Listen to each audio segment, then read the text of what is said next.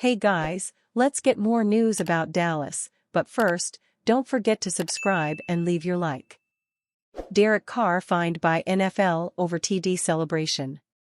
Derek Carr broke out a smooth touchdown celebration after he scored in the New Orleans Saints win over the Dallas Cowboys on Sunday, but the dance has cost the quarterback some money.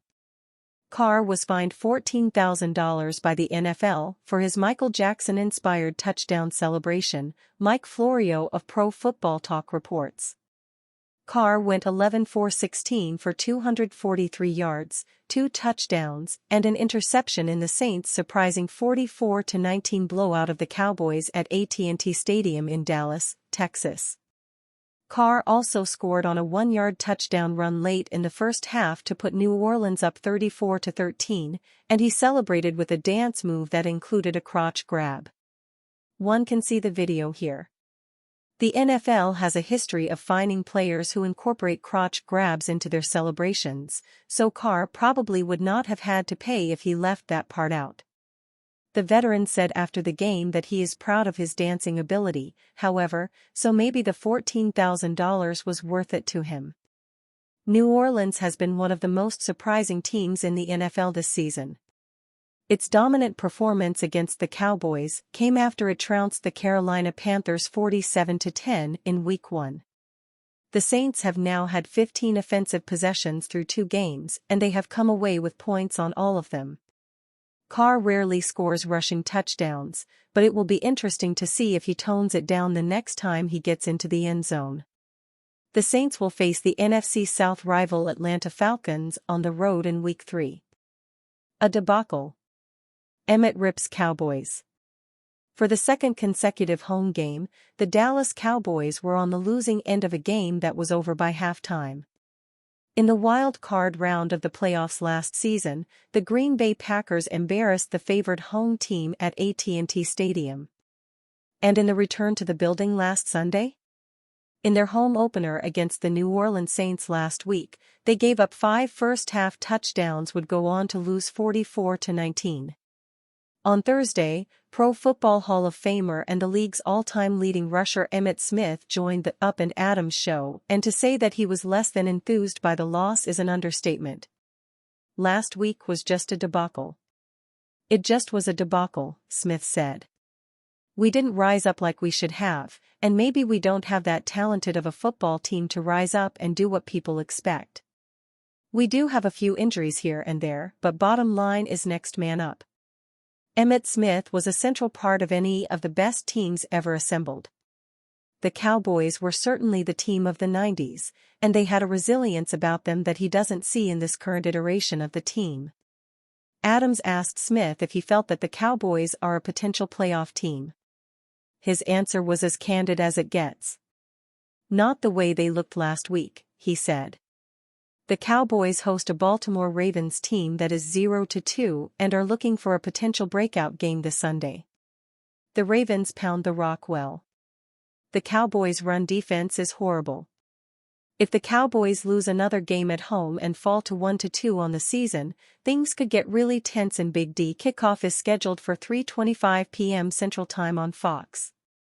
And Emmett and the football world will be watching, with Cowboys Nation hoping for the opposite of a debacle. The Dallas Cowboys are often subject to overreactions, good or bad. Knee-jerk or not, last Sunday's 44-19 beatdown at the hands of the New Orleans Saints exacerbated all the negativity surrounding this team. Usually such concerns are tamped down in the wake of a bad performance. But the Cowboys have found it difficult to wash away the stain left from their Week 2 embarrassment. The only way to right the wrong would be orchestrating a complete turnaround and handle business against the Baltimore Ravens Sunday afternoon. That is a tall order given what the capacity of this team may be. After winning the opener in convincing fashion, fans and media have already turned a cold shoulder. Regardless, Dak Prescott on Thursday focused on the process of a long season. We can't get overwhelmed in what people are writing about us, Prescott said. It's simply a process that we've got to focus on getting better each and every day with the right attitude that we come in here and understand that we're trying to put the best versions of ourselves on the field each and every Sunday regardless of what happened the last Sunday. It's the NFL. The franchise quarterback and newly minted highest-paid player in the league is doing his job in attempting to calm irrational fears.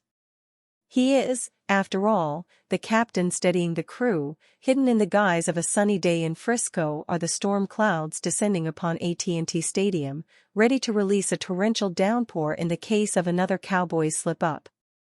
Of course, Prescott and his team have 15 games left to edit this narrative, but Week 2's shellacking left an all-too-familiar feeling. One similar to the wild-card home blowout that fans hoped wouldn't happen again. But it did. And the emotions have returned with a vengeance. This week, Prescott and the Cowboys welcome a Ravens squad to their home field that projects the same threats that have gashed Dallas in their two most recent losses. Baltimore's tumultuous 0-2 start gives reason for a desperate and hungry performance from the visitors.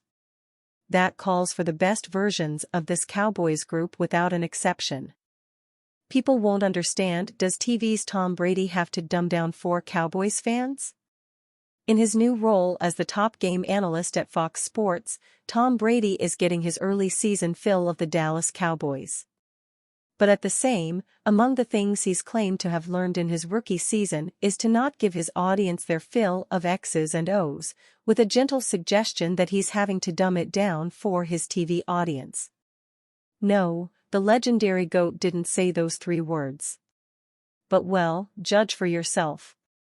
Anybody can get on there and talk about, in cover 2, this is what you gotta do, you got to read the high-low. Yeah, that's fun and that's technical, but people won't understand if we do that, Brady said. So we got to find simple ways, and I've got to continue to find simple ways to describe that to people who are just tuning in for those 3 hours every week.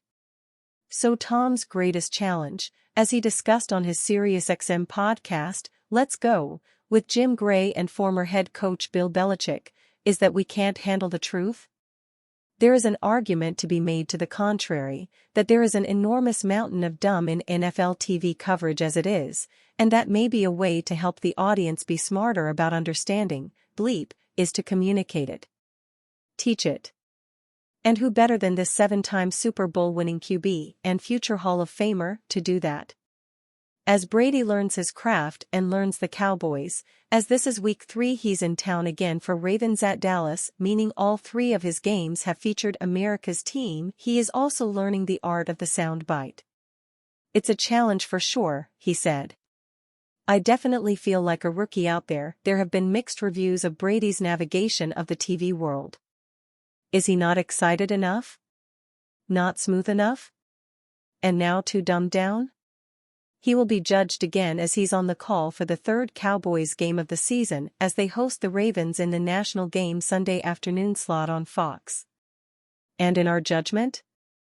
Feed us, Tom. Feed us smart stuff. We swear we can take it. Mike Fisher, as a newspaper beat writer and columnist and on radio and TV, where he is an Emmy winner, has covered the NFL since 1983 and the Dallas Cowboys since 1990, is the author of 2 best-selling books on the Cowboys. And you fan? What do you think of the situation of Tom Brady? Leave your opinion in the comments.